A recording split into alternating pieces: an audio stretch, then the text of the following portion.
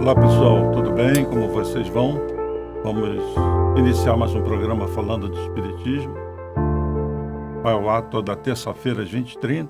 Vocês podem acessar aí nas várias mídias, fica gravado no Instagram, no YouTube, no Facebook. Aparece os links aí embaixo.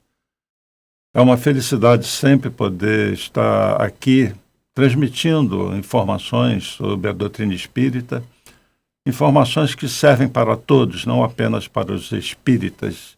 Esse programa fala de espiritualidade, ele fala de leis universais. É assim que nós devemos entender a doutrina espírita, como uma doutrina que envolve filosofia, de cunho científico e que nos religa a Deus. Então tem um cunho espiritual, um cunho religioso também. Então, são ensinamentos que vieram do alto da espiritualidade, altamente confiáveis, pela codificação de Allan Kardec, que tomou todos os cuidados, que nos deixou um compêndio, o Livro dos Médiuns, sobre essa comunicação, porque a mediunidade é algo muito sutil e a espiritualidade, os espíritos atuam sobre nós, os encarnados, o tempo todo, e sempre atuaram ao longo da história.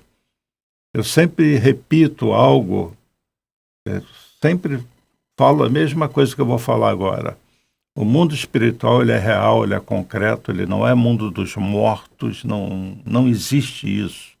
O que se existe é a vida em várias dimensões, ou buscando uma palavra diferente, em vários estados vibratórios. A vida espiritual, ela é algo muito amplo.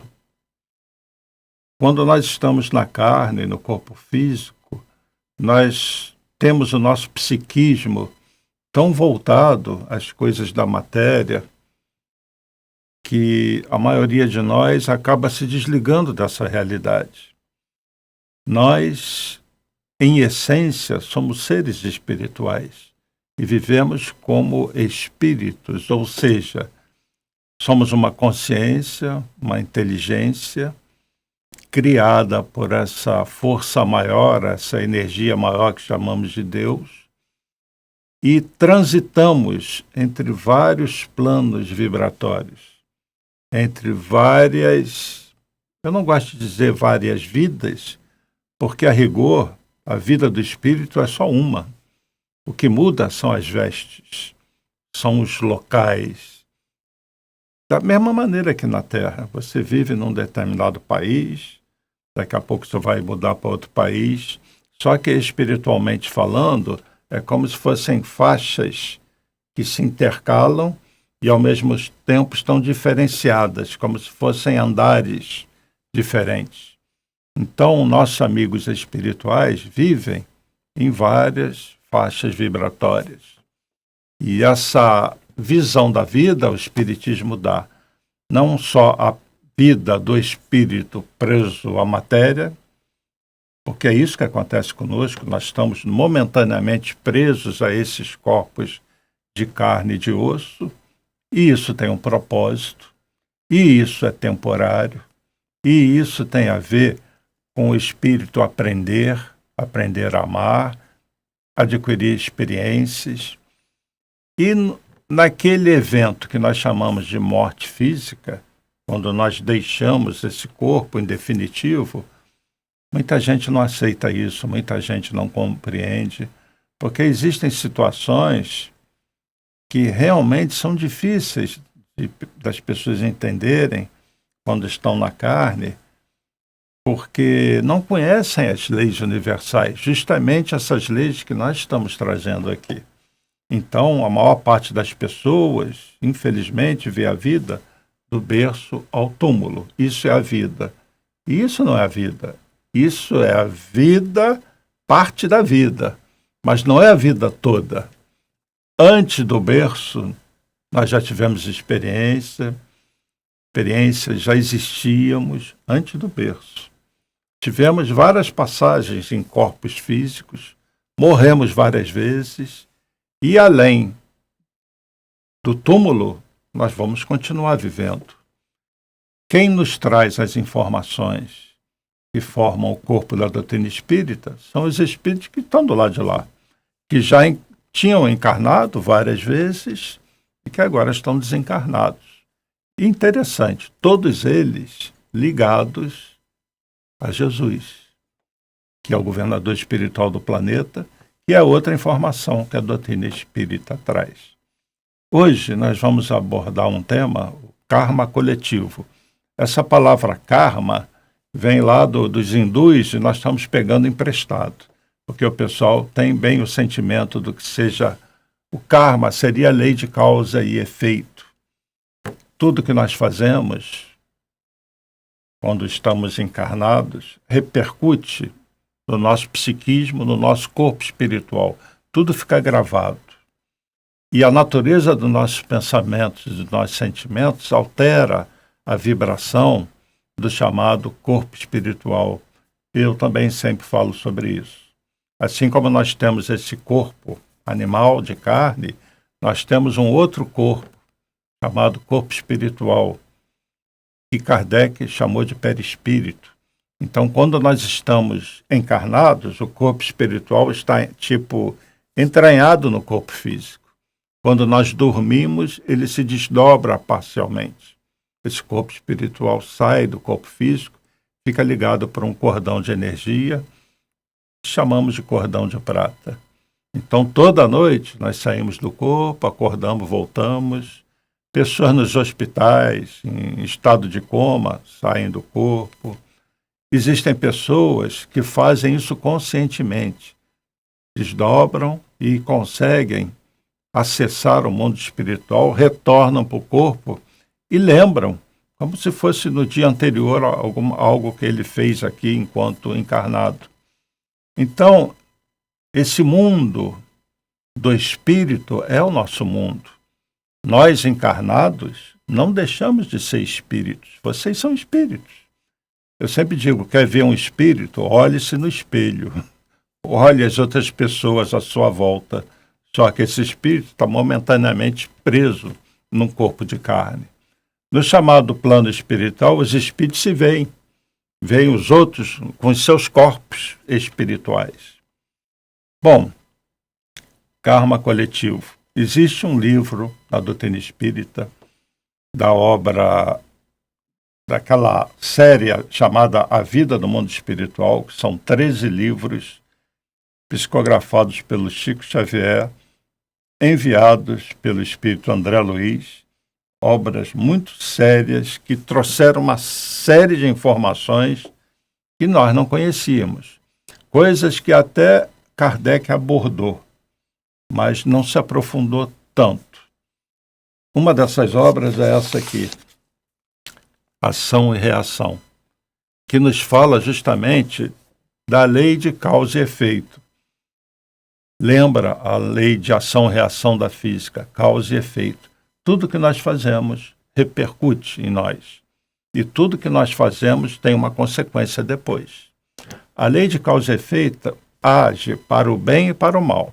Para o bem, tudo que nós fazemos de bom, todo bom pensamento, por menor que seja, voltado ao bem, voltado ao amor, traz um benefício para o corpo espiritual e para o campo mental do espírito.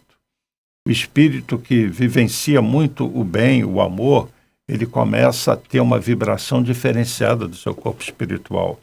Esse corpo espiritual vai ficando mais leve, mais luminoso. O contrário, ações voltadas ao mal, seja contra o próximo, contra si mesmo, já é o contrário. O corpo espiritual fica mais opaco, mais denso, mais pesado. Então, cada um de nós, eu e vocês, temos vibrações diferentes. Uma leveza maior ou menor entre nós. Quem é que tem o corpo espiritual mais luminoso, mais leve? É o que ama mais. E é difícil a gente definir quem ama, porque é uma coisa que está dentro da pessoa, não é? E o amor, no sentido evangélico, eu também sempre repito isso, é o conjunto das virtudes. Então, é a pessoa que tem mais paciência, que perdoa mais, que aceita mais as outras como elas são, com as suas imperfeições, sem indulgência, é a que ajuda mais, é aquela que se cuida mais também, é o amor num todo. Esse é o amor no sentido que Jesus quis nos falar do amor, da humildade, que é uma grande, enorme virtude ligada ao amor. Então, esse corpo espiritual, ele é real, inclusive Paulo de Tarso fala dele, está lá em qualquer Bíblia, assim como há um corpo animal, há também um corpo espiritual. Primeira carta de Paulo aos Coríntios. Então ele já falava do corpo espiritual. E lá atrás, na Índia e outras culturas, se fala desse corpo espiritual. Então ele é real. Quando uma pessoa diz que vê um espírito, ela vê o corpo espiritual do espírito. Ela não vê propriamente o espírito, vê o corpo. Né? Da mesma maneira, quando nós olhamos o encarnado, você não vê o pensamento dele, você vê o corpo. Mas você não vê o pensamento, não vê a mente da pessoa. Então, nós, espiritualmente, do lado a lado, nos apresentamos com um corpo. Quando a gente desencarna, nós levamos essa forma. A mesma pessoa que você é aqui, fisicamente falando, você é do lado de lá. Por quê? Porque está no psiquismo daquele espírito a forma da última encarnação. Mas do lado de lá, o corpo espiritual é muito plástico, muito assim suscetível à ação do pensamento. Então é muito comum o espírito lá de lá ele querer ser visto de uma forma um pouquinho diferente.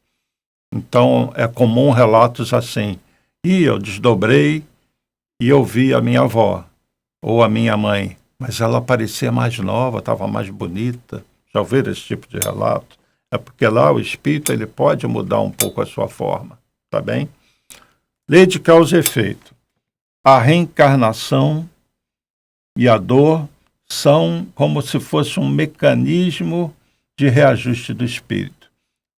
O espírito que tem a sua vida essencialmente no lado de lá, que é o espiritual, precisa de vez em quando mergulhar na carne para passar por experiências, esquecer o seu passado, que muitas vezes é traumático, por isso é bom ele esquecer, passa um tempo aqui e retorna para casa. Então nós viemos do mundo espiritual, nos associamos a um corpo físico, nos prendemos a ele, e quando acontece a hora de voltar para o plano espiritual, nós nos desligamos desse corpo físico. Esse retorno, que a gente chama de morte física, que não é a morte do espírito, acontece de forma extremamente variada. Uns sofrem muito, outros sofrem menos. O sofrimento sempre tem algo a ver com a história do espírito. Muitas das dores é o espírito que causa a ele próprio nessa encarnação em que ele vive. Muitas vezes as dores do espírito têm a ver com coisas que ele fez no passado, porque ele gravou no corpo espiritual e na hora de moldar o corpo físico desponta uma doença, ou ele precisa passar por uma experiência, muitas vezes traumática, num processo de cura desse espírito que lá no subconsciente dele, lá no íntimo dele, ele traz algo que é muito forte e que nem sempre ele consegue acessar, com relação a um passado muito difícil, em que o espírito fez muito mal, por exemplo. Então, quando o espírito vem e passa, às vezes, por uma experiência traumática ou por uma dor, não é porque Deus está castigando. A rigor, Deus não castiga. É porque aquele espírito precisa passar por aquilo. E muitas vezes aí está a dificuldade, a gente não entende. Por exemplo, ver uma criança sofrer, ver uma criança com câncer, ou num acidente, várias pessoas desencarnam ao mesmo tempo. E nesse desencarne coletivo, tem velhos, tem homens, mulheres, tem crianças, às vezes bebês. E aí a pessoa se pergunta, mas o que essas pessoas fizeram para merecer isso? Realmente, nós fomos olhar a vida apenas do berço ao túmulo, nós vamos entrar em parafuso. Alguns vão achar que Deus não existe, ou que não existe justiça. Só que esses espíritos que estão vivendo uma experiência na carne têm todo um passado. Inclusive o bebezinho, que é um bebê às nossas vistas, mas de um grupo que desencarna ao mesmo tempo, 100 pessoas, por exemplo, se tem um bebezinho, esse bebê pode, inclusive do ponto de vista espiritual, ser o mais antigo, o mais velho entre todos. Simplesmente ele está num corpo recém-formado. Mas vem de um passado que ninguém ali sabe a história dele. Então, ter essa visão espiritual nos faz entender muita coisa. E ajuda a aplacar a dor de quem vê um ente querido partir. Agora, é extremamente compreensível, imagina uma família que vê um bebezinho falecer, às vezes num acidente grave. A pessoa, tudo bem, ela pode ter até o conhecimento, né? É lógico que ela vai sentir um filho. Então, eu sempre pergunto assim, espírita sofre quando vê um ente querido partir? Sofre, e sofre muito, igual a todo mundo. Mas ele não fica revoltado. E ele compreende. Mas isso não faz com que ele não chore, que ele não sinta dor, não sinta saudade. É do ser humano. O próprio afastamento já é uma coisa muito difícil, né? Mesmo entre encarnados, alguém se vai morar em outro país, você sabe que não vai ver por anos, né? A pessoa fica sentida. Então, esse processo do desligamento do corpo físico, às vezes é muito traumático. Então, eu vou citar um caso da obra Ação e Reação, porque nós tivemos recentemente, esse programa está sendo gravado dias depois daquele acidente de um avião que veio caindo e faleceram mais de 60 pessoas, tá? Então, esse assunto, se ele for acessado numa gravação daqui a 1 ano, 2 anos, 5 anos, ele continua atual. É a chamada morte coletiva. Um acidente de avião, onde morrem dezenas, às vezes centenas de pessoas, é o típico caso do karma coletivo. As pessoas não estão ali por um acaso. Não existe injustiça. Não existe nenhum erro. Está tudo dentro das leis de Deus. Mesmo que nesse grupo tenha crianças, um bebê, entenderam? Eu acabei de falar sobre isso. Gente, é difícil. Eu não estou falando que é fácil. A doutrina espírita ela vem para esclarecer, para mostrar como as coisas acontecem e por que acontecem. Então, nessa obra que é Ação e Reação, o espírito André Luiz está passando por uma série de experiências com seu amigo Hilário, que foi médico também na Terra como André Luiz. E nessa obra, eles saem e vão visitar, saem do nosso lar. Não se esqueçam que o André Luiz mora na colônia Nosso Lar e de vez em quando ele sai de lá para fazer incursões na Terra. Ele vai nas casas espíritas, ele vê situações e aí as várias obras. A obra, por exemplo, nos domínios da mediunidade, ele visita várias casas espíritas e mostra os trabalhos espirituais de tratamento, de cura, as reuniões mediúnicas, as reuniões públicas. E ele vai relatando o trabalho que é feito do ponto de vista deles, do ponto de vista espiritual. Dessa obra, ele sai do Nosso Lar e essas colônias espirituais, são cidades espirituais, elas estão ligadas a, vamos dizer, postos de serviço, pequenos núcleos que acolhem espíritos ligados a essa colônia. Um desses núcleos é a Mansão da Paz, tem esse nome, Mansão da Paz. Então, durante 3 anos, vai ficar fazendo incursões, indo do Nosso Lar, nessa Mansão da Paz e na crosta terrestre, em tarefas de socorro de espíritos que estão desencarnando, tá? E eles vão ser orientados, como sempre acontece, com um espírito de ordem mais elevada, no caso é o Druso. E o capítulo 18 dessa obra fala do karma coletivo. E, por coincidência, é até interessante, fala de um acidente de avião. Então, o que eu vou narrar para vocês O que acontece num acidente parecido com esse que ocorreu aqui no Brasil, do ponto de vista espiritual? E eu vou adiantar uma coisa: sempre a espiritualidade está lá socorrendo. Tá? Então sempre existe um amparo, existe socorro. Porém, cada pessoa que está ali, cada uma tem uma história. Cada um tem um corpo espiritual numa vibração diferente. Cada um tem um nível evolutivo diferente. Então esse resgate vai depender muito disso. Mas todos são ajudados, todos sem exceção. Alguns vão ter muito mais facilidade de serem resgatados. Outros terão um pouquinho mais de dificuldade. Essa é a diferença. Por quê? Depende do campo mental, depende da história do espírito, depende do que ele trouxe do passado. Tá? Então, o esforço da espiritualidade é sempre de ajudar o espírito a se desenvolver moralmente no campo mental, para ajudar ele a se libertar de suas dores. Porque as dores que nós trazemos e as dores pelas quais nós passamos têm tudo a ver com o nosso passado, o que nós fizemos conosco e com os outros.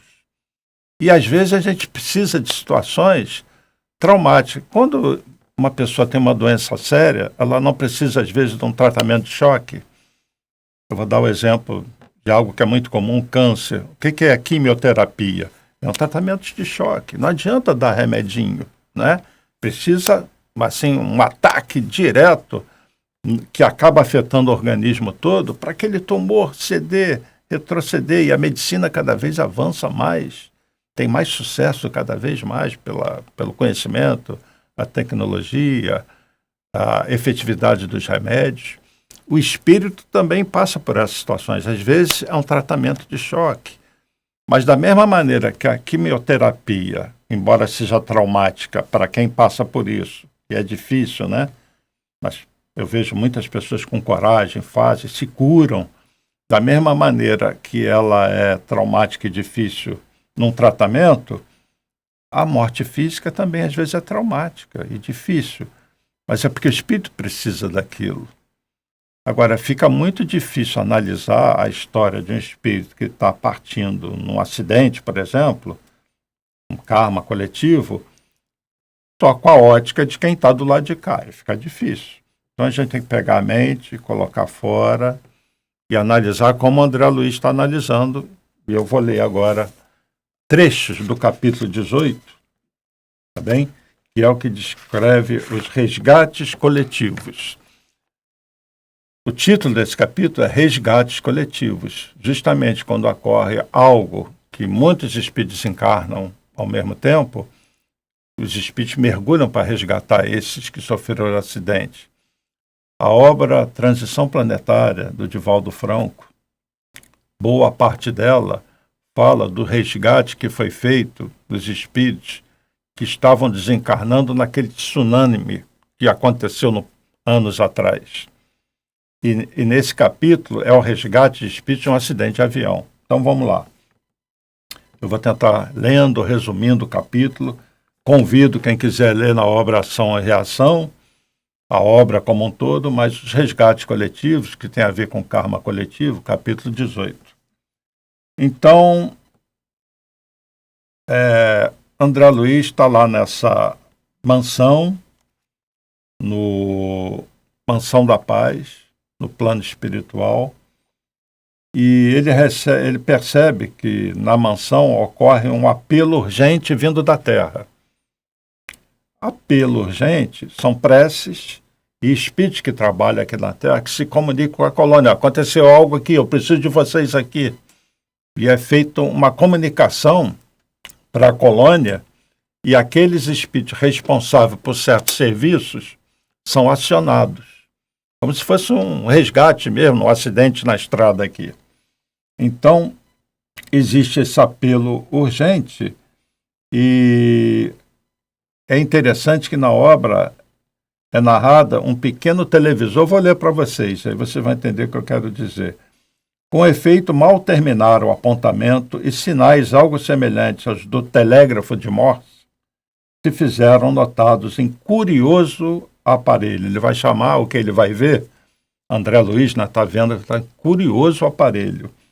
Druso ligou tomada próxima e vimos um pequeno televisor em ação sob rigorosa lente, projetando imagens movimentadas em tela próxima. Quer dizer, esse aparelho projetava imagens numa tela, cuidadosamente encaixada na parede, a pequena distância. O que ele está descrevendo aqui? Um projetor, um data show. Só que tem um detalhe, essa obra aqui é de 1956.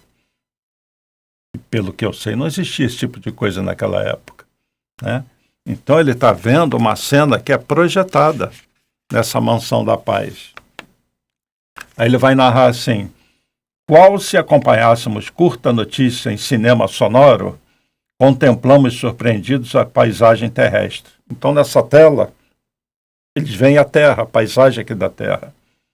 Sobre a crista de serra acantilada e selvagem, uma montanha, uma serra, destroços de grande aeronave guardavam consigo as vítimas do acidente. Então, o que estava projetando ali? Um acidente aéreo e as vítimas dos destroços, tá?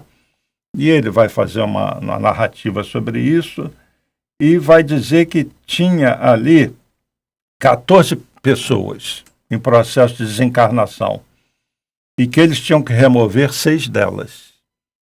Aí você já deve estar perguntando, né? Por que 6? É a mesma pergunta que ele vai fazer aqui. Então a cena é essa, um acidente aéreo, os destroços, e já foi acionado o mundo espiritual para ajudar aqueles espíritos ali. Tá? André Luiz quer ir lá para ver. E o que ele recebe de resposta de Druso? Nanani, naná, você não pode ir não, você não está preparado para isso.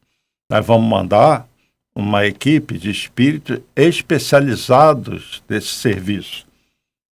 Vocês viram como é que são as coisas? Tem que ser espíritos preparados para aquilo.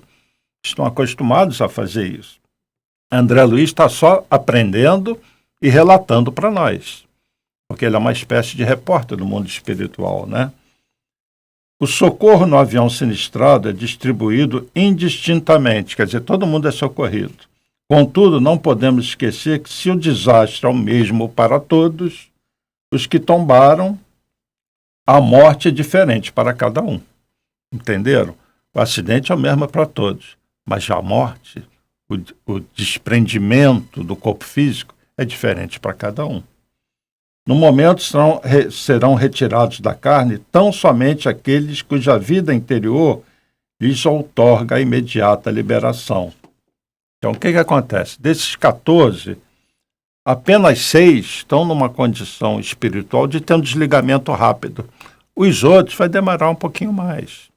Eles vão dar mais trabalho para a equipe espiritual, mas eles vão ser resgatados. Mas apenas 6 estão em condições mentais e de, vamos dizer assim, desmaterialização, no sentido de desapego, que permite que a espiritualidade os resgate logo. No momento serão retirados da carne tão somente aqueles cuja vida interior lhes outorga a imediata liberação. Quanto aos outros, cuja situação presente não lhes favorece o afastamento rápido da armadura física, permanecerão ligados por mais tempo aos despojos que lhes dizem respeito, né? E ele vai falar uma frase ali na frente que eu destaquei aqui. Corpo inerte nem sempre significa liberação da alma. Então, as pessoas desencarnam, e a minha cadeira está correndo aqui, daqui a pouco vai ter um acidente. As pessoas desencarnam e a liberação é diferente de pessoa para pessoa. Isso é normal. O que está acontecendo aqui nesse acidente acontece com todo mundo. Seja a desencarnação de uma pessoa, de 2, de 10, de 1.000, de 1 milhão. O tempo de desprendimento é diferente. A lucidez do espírito lá de lá é diferente de um para um. Aí que entra o progresso do espírito, né? Nós sabemos que pessoas desencarnam e ficam dormindo lá de lá. Ou ficam vivendo um pesadelo. Outros logo são recebidos por uma mãe que já partiu antes.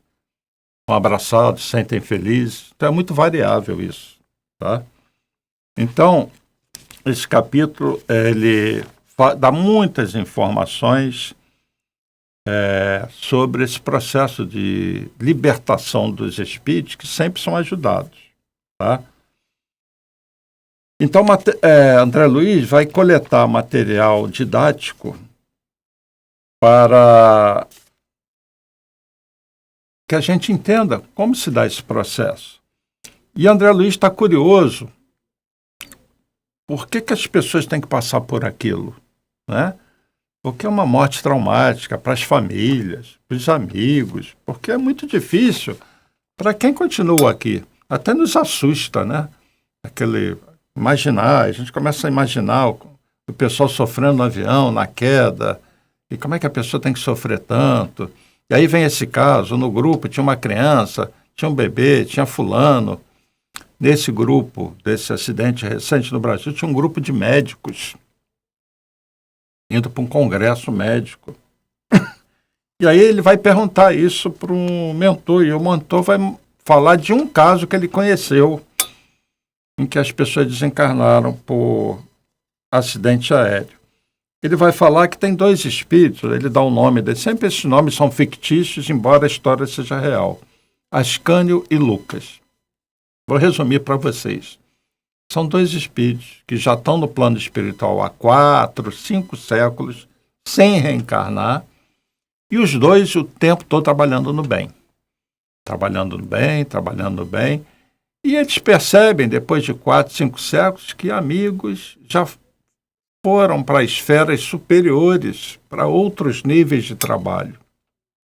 E eles continuam ali, bem, felizes, trabalhando, mas eles ficam, na nossa gíria, meio bolados, né?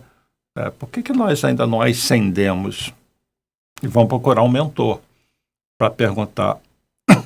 Aí eu vou falar com as minhas palavras, o mentor fala, vem aqui, vocês querem saber mesmo? Faz uma regressão neles e eles veem uma cena do passado deles, já que eu vou ler aqui agora.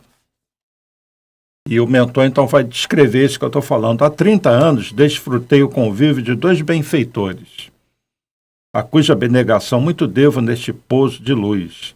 Quer dizer, esse mentor era grato a esses 2. Ascânio e Lucas, assistentes respeitados na esfera superior. Integravam-nos à equipe de mentores valorosos e amigos. São 2 espíritos num nível bom.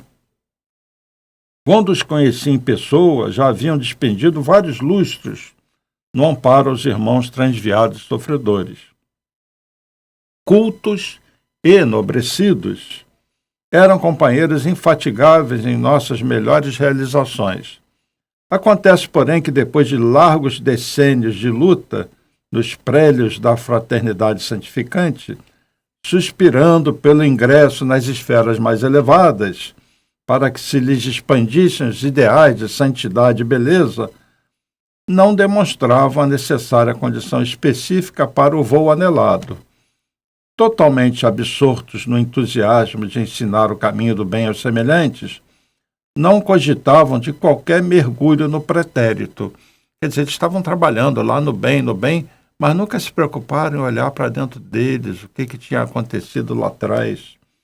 Por isso que, muitas vezes, quando nos fascinamos pelo esplendor dos cimos, dos pontos mais elevados, nem sempre nos sobra disposição para qualquer vistoria aos nevoeiros do vale.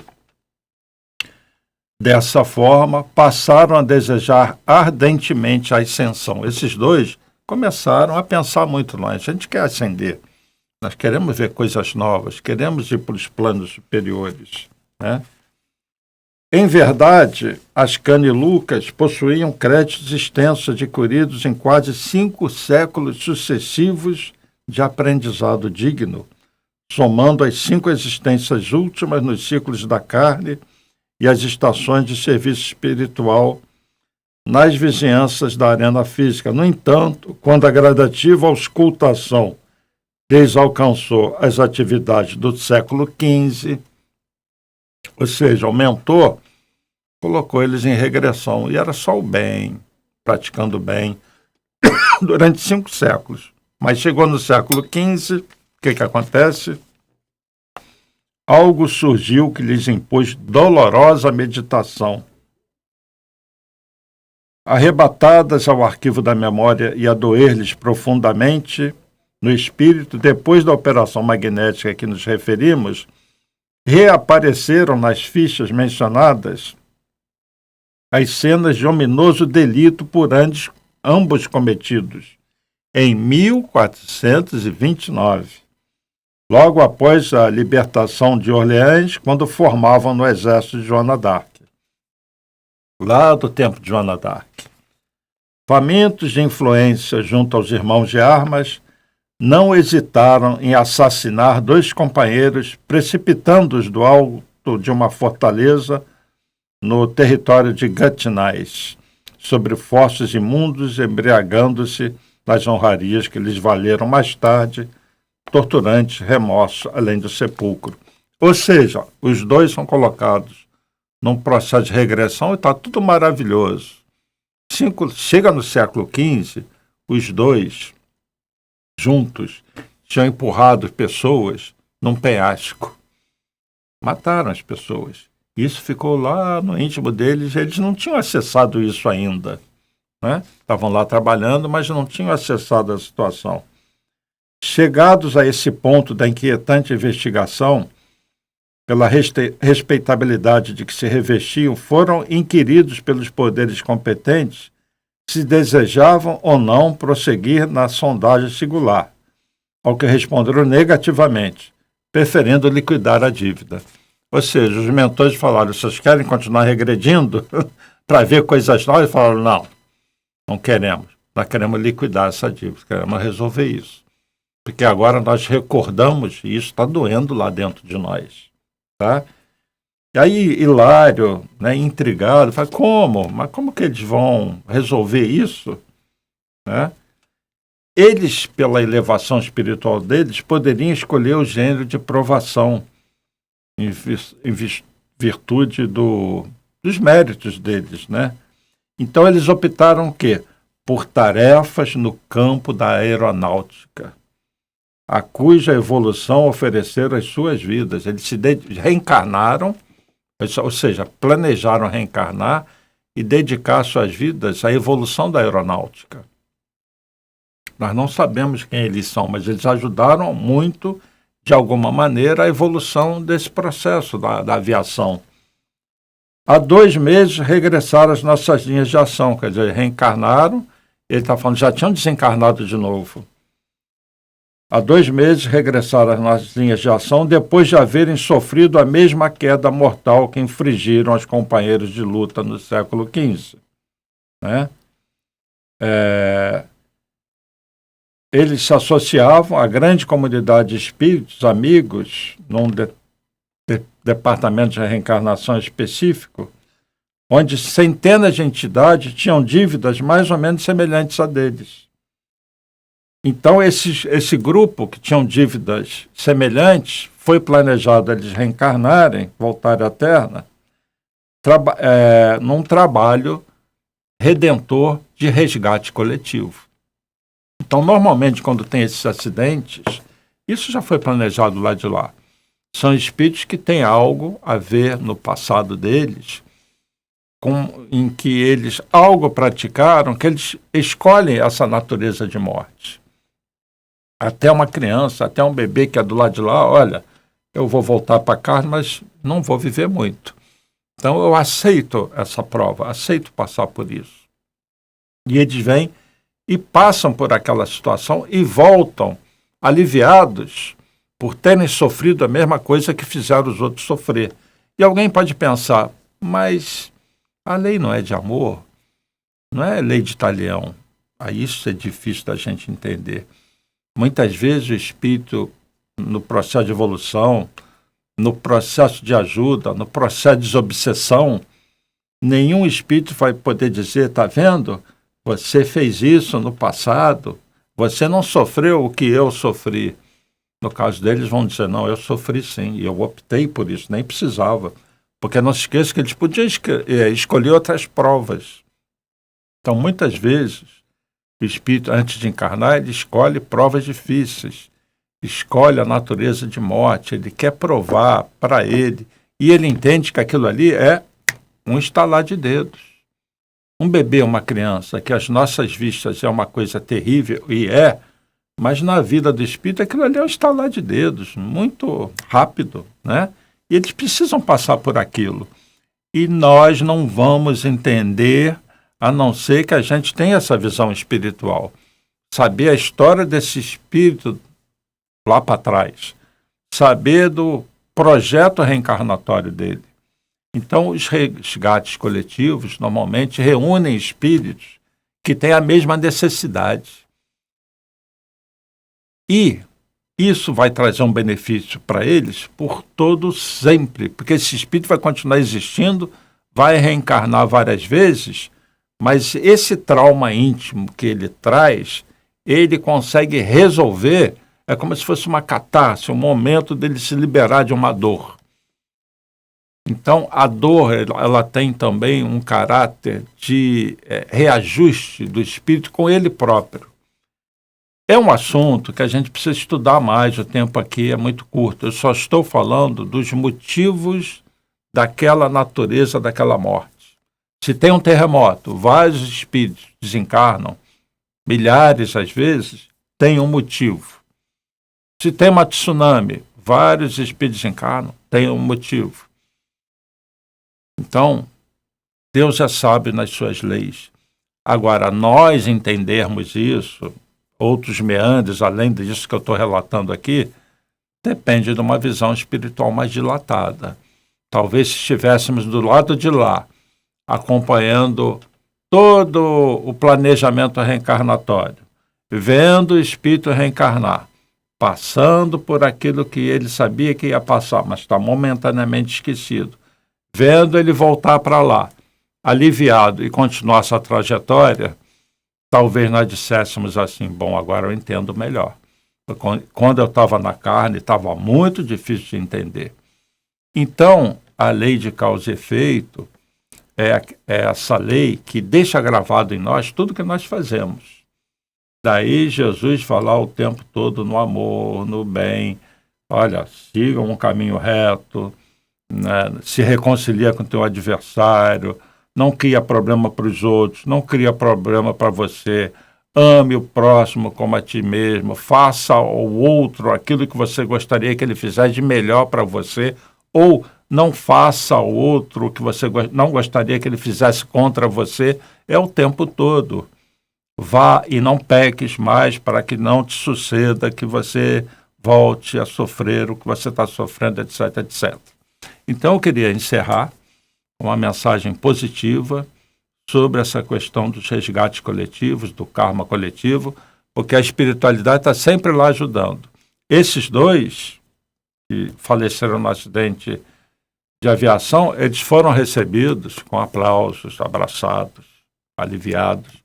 E desse acidente que ocorreu no Brasil, pode ter certeza, a espiritualidade mergulhou em peso ali para abraçar, para receber aqueles espíritos que estavam voltando para casa, para continuar sua jornada. E muitos ali vão se sentir com pouco tempo muito aliviados por terem resgatado algo do passado que no momento fica difícil para a gente entender. Mas essa é a ideia, tá bem? Dos karmas coletivos, dos resgates coletivos que a espiritualidade realiza.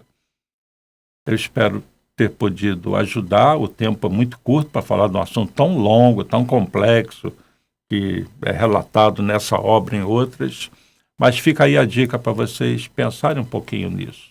Então, eu agradeço pela atenção, que Jesus abençoe a todos, dê muito conforto àqueles que tiveram entes queridos partindo dessa forma, e que nós tenhamos força e coragem e fé para enfrentar as nossas dores, a nossa passagem aqui, mais uma passagem pelo corpo físico. Então, nos vemos na próxima semana, que Deus abençoe a todos, paz e bem, paz e luz, paz, muita paz.